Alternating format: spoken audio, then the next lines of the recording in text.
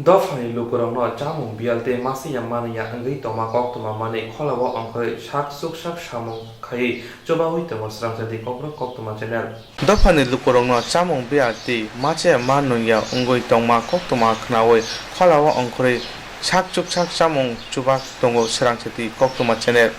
Tini April nuchichar salmari klak sara srang sadi channel ni luwa jima bai Monga Gami Purbo Lakshmipur ADC village ni Ramnairan Kamio Khong Chibri Nukungo Chuktui Mairung Chubakam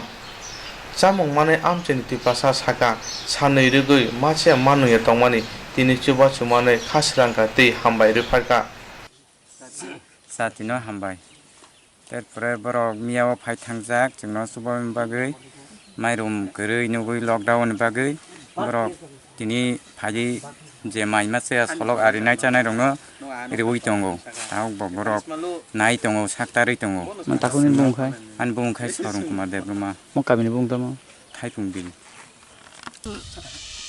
Gering masa yang gei sini solok rok senai masa tongsu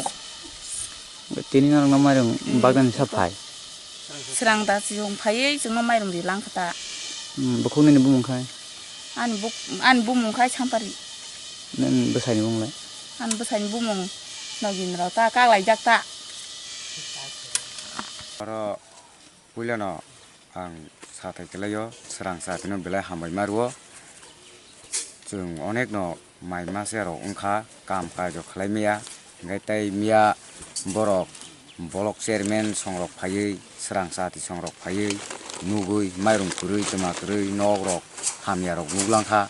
aboni bagi borok tini phaiei sungno mairung rok ri phaika amoni bagi borok belai hamai markha sung belai no kha kasangkha serang sati nobo aboni ang belai gan kha kufur bai borok belai hamja ka am bagi no nen bungkai an bungkai orun debrma mo ongko kabini bumong